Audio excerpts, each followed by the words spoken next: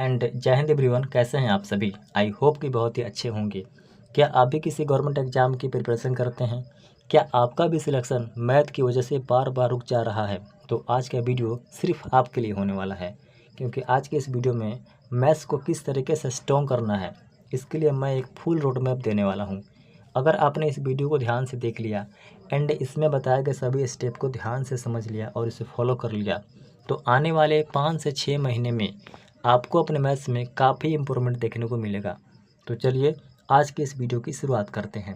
सबसे पहले हम बात करते हैं इम्पोर्टेंस ऑफ मैथ और आपको मैथ्स क्यों पढ़नी चाहिए। मैंने इस बात को इन 4 सेंटेंस में समझाने की कोशिश की है। No maths no selection. आप इनमें से किसी भी एग्ज़ाम की अगर प्रिपरेशन करते हैं, चाहे एसएससी का कोई एग्ज़ाम हो या फिर रेलवे का या डिफेंस का या फिर कोई स्टेट एग्ज़ाम है, उन सभी एग्ज़ाम्स में आज के टाइम पर मैथ्स का अपना एक बहुत ही अलग ही इम्पोर्टेंस है। अगर आपका मैथ्स कमज़ोर है तो आप सिलेक्शन से दूर हो सकते हैं, क्योंकि आज के इस कंपटीशन के दौर में अगर आपका कोई सा भी विषय कमज़ोर है तो आप उसमें अच्छा मार्क्स गेन नहीं कर सकते हैं, अच्छा स्कोर नहीं कर सकते हैं। और अगर आप अच्छा स्कोर नहीं करेंगे तो आपका सिलेक्शन भी निश्चित नहीं होगा, आप सिलेक्शन से दूर हो जाएंगे। वहीं अगर मैं बात करता हूँ मैथ्स का, तो आप इसमें फुल मार्क्स अचीव कर सकते हो। यह जीएस नहीं है, यह मैथ्स है। अगर आपने मैथ्स को अच्छे से समझ लिया, इसके सभी कंसेप्ट को ध्यान से सीख लिया, तो आप इसमें पूरे के पूरे मार्क्स अचीव कर सकते हो, पूरे के पूरे मार्क्स ला सकते हो, जो आपके सिलेक्शन में बहुत ही फ़ायदा करेगा। वहीं अगला पॉइंट है कि यह एक ऐसा सब्जेक्ट है जिसमें आपको जीके जीएस की तरह कुछ भी रटना नहीं है। इसमें बेसिक कंसेप्ट और कैलकुलेशन है। अगर आपने इन सभी चीज़ों पर काम कर लिया, इसको इम्प्रूव कर लिया, तो आप इसमें पूरे के पूरे मार्क्स बहुत ही आसानी से ला सकते हैं और अपना एक सीट सिक्योर कर सकते हैं। तो आपने समझ लिया कि इम्पोर्टेंस क्या है मैथ्स का। आज के पेपर में बहुत ही अच्छा और बहुत ही ज़्यादा इम्पोर्टेंस है। आपका सिलेक्शन मैथ को सीखे बिना, मैथ को समझे बिना नहीं हो सकता है। आपको मैथ को सीखना ही होगा। तो आपने समझ लिया कि इसका क्या इम्पोर्टेंस है। अब हम बात करते हैं कि आपको मैथ्स को किस तरीके से पढ़ना चाहिए और किस तरीके से इसमें अपनी महारत हासिल करनी चाहिए, सो दैट आप अपना एक सिलेक्शन सिक्योर कर सको। आगे बढ़ते हैं और उसके पहले हम समझते हैं कि सिलेबस ऑफ मैथ, यानी कि मैथ में हमें आखिर कौन कौन से चैप्टर है जो पढ़ने हैं हमारे कॉम्पिटिटिव एग्ज़ाम के लिए। तो हमारे कॉम्पिटिटिव एग्ज़ाम्स में मेनली मैथ्स के 2 पार्ट हैं, एक अर्थमेटिक मैथ, दूसरा है एडवांस मैथ। तो सबसे पहले बात करते हैं कि हमें अर्थमेटिक मैथ्स के अंदर और एडवांस मैथ्स के अंदर आखिर कौन कौन से चैप्टर हैं जो पढ़ने हैं। तो सबसे पहले बात करते हैं अपने अर्थमेटिक मैथ के चैप्टर की। आप यहाँ पर देख सकते हैं नंबर सिस्टम से लेकर एज तक ये सभी के सभी चैप्टर आपको अर्थमेटिक मैथ्स के अंदर पढ़ने होते हैं। वहीं पार्टनरशिप से लेकर और आपका डेटा इंटरप्रिटेशन तक ये सभी के सभी चैप्टर आप जो भी देख सकते हैं, ये सभी चैप्टर आपको अर्थमेटिक मैथ्स के अंदर पढ़ने होते हैं। वहीं अगर मैं बात करूँ एडवांस मैथ की, तो अलजेब्रा से लेकर मेंसुरेशन 3D तक ये सभी के सभी चैप्टर आपको एडवांस मैथ्स के अंदर पढ़ने होते हैं। अब बात करते हैं कि किस एग्ज़ाम में इसका क्या इम्पोर्टेंस होता है।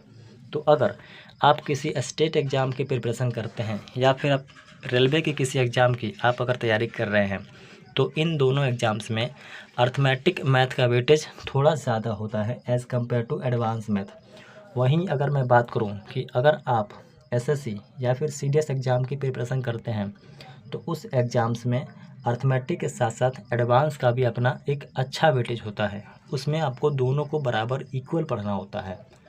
और रेलवे और आपका एसएससी जीडी जैसे एग्ज़ाम्स में या फिर किसी स्टेट एग्ज़ाम में मैथ्स में अर्थमेटिक मैथ का वेटेज ज़्यादा होता है। तो आपने समझ लिया कि किस एग्ज़ाम्स के लिए क्या इम्पोर्टेंट है और उसका सिलेबस क्या है। अब हम बात करते हैं अपने अगले पॉइंट की, जो कि है हाउ टू स्टार्ट प्रिपरेशन।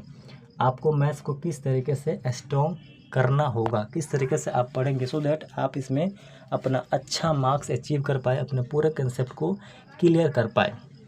तो इसके लिए मैंने इस पूरे वीडियो को 2 कैटेगरी के बच्चों के लिए कैटेगराइज किया है।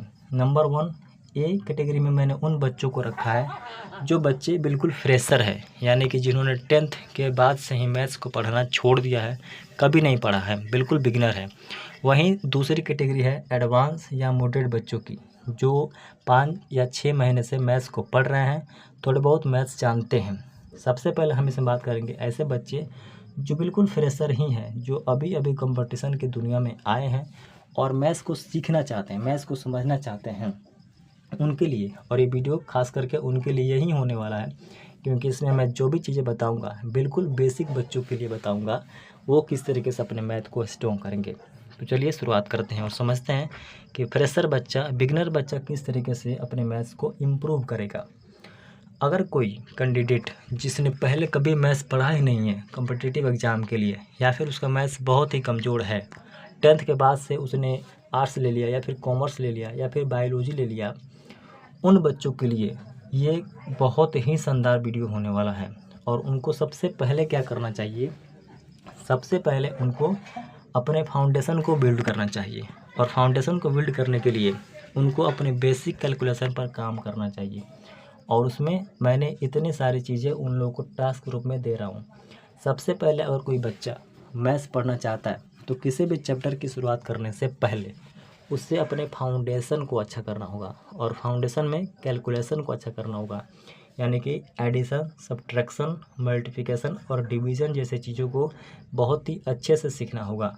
उसके साथ साथ किसी भी चैप्टर की अभी शुरुआत करने से पहले आपको मिनिमम 30 तक टेबल, 30 तक स्क्वायर, 30 तक क्यूब और एलसीएम एंड एचसीएफ पर अच्छा पकड़ बनाना होगा। अगर आप बिल्कुल ही बिगिनर हैं, अपने मैथ्स को बहुत ही अच्छा करना चाहते हैं, तो आपको इतनी चीज़ें तो एटलीस्ट करनी ही होगी। ये सभी बेसिक कैलकुलेशन है जो आपको आनी ही चाहिए। अगर आपको इतनी चीज़ें आती है तभी आप आगे बढ़ेंगे और चैप्टर पर जाएंगे, तब आपको वहाँ से पढ़ने में और समझने में अच्छा लगेगा और आपको पढ़ने में मज़ा आएगा। आगे बढ़ते हैं और हम समझते हैं कि ये तो बेसिक चीज़ें हैं। अगर आपने इतना कर लिया तो उसके बाद आपको कहाँ से शुरुआत करनी चाहिए। तो अगर आप बिल्कुल बिगिनर हैं, बिल्कुल शुरुआत से मैथ को सीखना चाहते हैं, तो आपको सबसे पहले अर्थमेटिक मैथ से शुरुआत करनी चाहिए। और अर्थमेटिक मैथ में भी परसेंटेज एंड रेशियो दो ऐसे चैप्टर हैं जो पूरे के पूरे अर्थमेटिक मैथ की जड़ है। यानी कि अगर आपने इन दो चैप्टर पर कमांड बना लिया और इसके सारे बेसिक कंसेप्ट को समझ लिया, तो अर्थमेटिक लगभग हर चैप्टर में इनका यूज होना है। और इन्हीं के बेस पर आप पूरे मैथ्स को बहुत ही अच्छे से समझ सकते हैं और उसमें आप अपना पूरा का पूरा स्कोर अचीव कर सकते हैं। साथ ही साथ अर्थमेटिक मैथ एक ऐसा सेगमेंट है जो आप किसी भी एग्ज़ाम की अगर प्रिपरेशन करते हैं, स्टेट एग्ज़ाम हो, रेलवे हो या फिर डिफेंस हो, उन सभी में यहाँ से क्वेश्चन आते ही आते हैं। तो सबसे पहले आपको यहाँ से पढ़ना चाहिए। और उसमें भी मैंने चैप्टर रिकमेंड कर दिया है कि आपको सबसे पहले शुरुआत परसेंटेज या फिर रेशियो से करनी चाहिए, क्योंकि यही पूरे के पूरे अर्थमेटिक का फाउंडेशन है, जड़ है। आपने समझ लिया। अब बात करते हैं 5वें पॉइंट की कि मैथ को कैसे पढ़े ताकि अपना जो पूरा का पूरा कंसेप्ट है उसको क्लियर कर सके और अपने पूरे मैथ्स को स्ट्रॉन्ग कर सके। तो मैथ्स को स्ट्रॉन्ग करने का ये बेसिकली 3 स्टेप हैं। इन 3 स्टेप को अगर आपने मास्टर कर लिया, सो दैट आप समझिए कि आप मैथ्स को बहुत ही अच्छा करने जा रहे हैं। तो जो सबसे पहला स्टेप है दैट इज कंसेप्ट। आपको अपने कंसेप्ट को बिल्ड करना चाहिए। सबसे पहले आप कहीं भी जाते हैं, किसी भी टीचर की कोचिंग क्लास लेते हैं, तो आप पहले वहाँ से कंसेप्ट सीखिए, फिर उस कंसेप्ट का रिवीजन कीजिए और जो टीचर अपने क्लास में क्वेश्चन कराते हैं उस क्वेश्चन की प्रैक्टिस कीजिए। साथ ही साथ आपके पास में कोई सा भी प्रीवियस ईयर बुक है, वहाँ से क्वेश्चन की प्रैक्टिस कीजिए। उसके बाद में आप उस पर्टिकुलर चैप्टर का चैप्टर वाइज मॉक टेस्ट लगाइए। अगर आप इन 3 चीज़ों को लगातार करते हैं, कंसेप्ट सीखते हैं, प्रैक्टिस करते हैं और मॉक टेस्ट देते हैं, तो विश्वास रखिए आने वाले 5 से 6 महीने में आपके मैथ्स में बहुत बड़ा चेंज आएगा। जो स्कोर पहले आपका 10-12 नंबर होता था, अब वो स्कोर बहुत आगे तक जाने वाला है, मैक्सिमम नंबर तक जाने वाला है। तो आपको मैथ्स को पढ़ने के लिए बेसिकली इन 3 स्टेप से होकर गुजरना होगा। पहला है कंसेप्ट, दूसरा है प्रैक्टिस, तीसरा है टेस्ट सीरीज। मैंने यहाँ पर नोट में कुछ बातें लिख रखी है, आपको इसको भी ध्यान में रखना होगा। जैसे कि डेली रिवीजन। बच्चे क्या करते हैं, आगे आगे पढ़ते हैं और पीछे पीछे भूलते चले जाते हैं। इसका एक सिंपल सा कारण है कि वो पीछे की चीज़ों का रिवीजन नहीं करते हैं। तो आपको नेक्स्ट क्लास में जाने से पहले पिछले क्लास का रिवीजन करना है। जैसे कि आपने आज पहला क्लास पढ़ा, कल दूसरा हुआ, तो दूसरी क्लास में जाने से पहले आपको पहली क्लास का रिवीजन करना होगा। मैंने यहाँ पर लिख रखा है कि आपको डेली रिवीजन करना होगा। साथ ही साथ चैप्टर के एंड में आपको चैप्टर वाइज मॉक टेस्ट लगाना होगा। मैंने इस बात को यहाँ पर भी बताया है। और प्रीवियस ईयर क्वेश्चन, आपके पास में कोई सा भी बुक है उस बुक से आपको पिछले साल के आए हुए सवाल लगाने हैं और मॉक टेस्ट लगाना है। और इसमें देखना है कि जो भी क्वेश्चन आपका गलत हो रहा है या फिर नहीं बन रहा है, उस क्वेश्चन को एक अलग डायरी में नोट डाउन करना है और उसकी अलग से प्रैक्टिस करना है, उस पर अलग से रिसर्च करना है। अगर आप इतना करते हैं तो विश्वास मानिए कि आने वाले 5 से 6 महीने में आपके मैथ्स में बहुत इम्प्रूवमेंट होगा, बहुत ज़्यादा। आगे बढ़ते हैं और हम समझते हैं कि मैथ्स में स्पीड कैसे बढ़ाएं। यह एक बहुत बड़ा सवाल है। बहुत बच्चे मैथ्स बना तो लेते हैं, लेकिन जो टाइम लिमिटेशन होता है उस टाइम लिमिटेशन में मैथ्स को बना नहीं पाते हैं। उनका मैथ्स उतना अच्छा नहीं होता है। तो उनके लिए जो मेरा अगला सुझाव है कि मैथ्स में स्पीड कैसे लाएं। मैथ्स में स्पीड बेसिकली इन 3 चीज़ों पर डिपेंड करता है। पहला है कॉन्सेप्ट को स्ट्रॉन्ग करना हो। अगर आपका कंसेप्ट वीक है तो आप चाहकर भी अपने मैथ्स में स्पीड नहीं ला सकते हैं। कोई भी ट्रिक तब काम करता है जब आपका कंसेप्ट क्लियर होता है। कंसेप्ट से ही ट्रिक बनता है, बिकॉज कंसेप्ट इज पावर। तो सबसे पहले आपको मैथ में स्पीड लाने से पहले अपने कंसेप्ट पर काम करना होगा।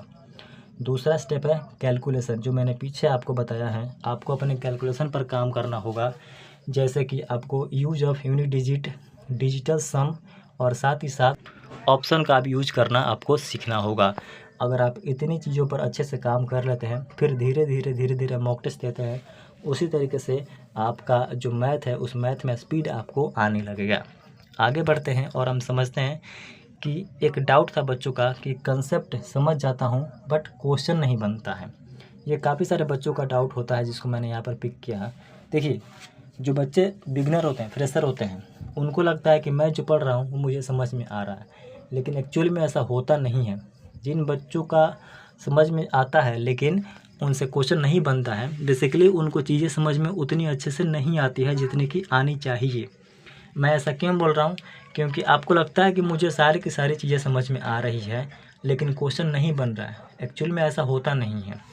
आप क्या करते हैं कि चीज़ों को रटने की कोशिश करते हैं, और जैसे ही आप चीज़ों को रटने की कोशिश करते हैं और आप सोचते हैं कि मैं जैसा क्वेश्चन टीचर करा रहे हैं वैसा ही क्वेश्चन आपको पेपर में मिल जाए, तो ऐसा होता नहीं है। कई बार आप जो पढ़ते हैं उसके डिफरेंट क्वेश्चन, या फिर उसमें डेटा बदल देगा या फिर उसका लैंग्वेज चेंज कर देगा, और ऐसा जैसा ही करता है आप वहाँ पर घूम जाते हैं।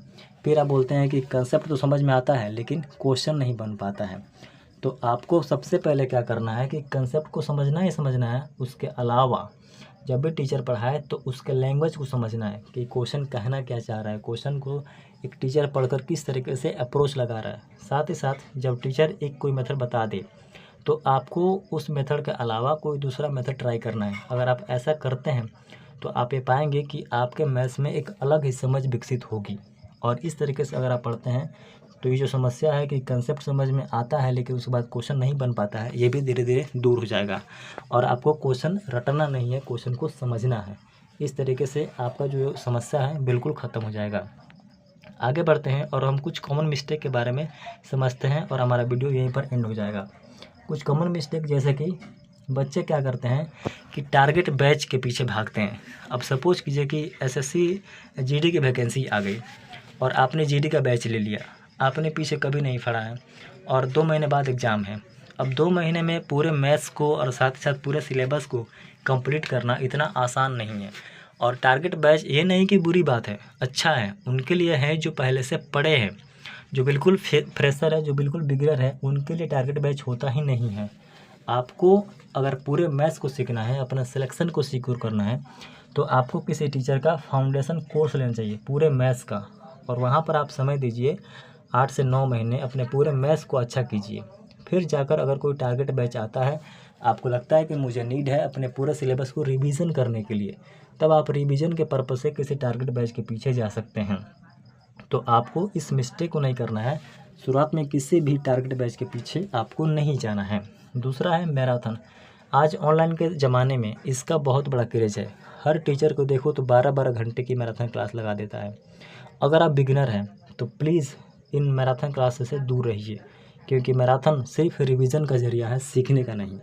अगर आप सीखने के पर्पज़ से जाते हैं तो आपको वहाँ पर बहुत कम चीज़ें मिलेगी सीखने के लिए, इसलिए इन सभी चीज़ों से बच के रहना है। साथ ही साथ आजकल के टाइम पर काफ़ी सारे ऐसे यूट्यूबर हैं या फिर टीचर हैं जो यूट्यूब शॉर्ट की सहायता से आपको क्वेश्चन कराते हैं, तो उनसे भी बच के रहना है, क्योंकि 1 या 2 मिनट के शॉर्ट्स में आप चाहते हैं कि मैथ्स को अच्छा कर लूँ, तो ये कोई खेल नहीं है कि आप शॉर्ट्स देकर कर लेंगे।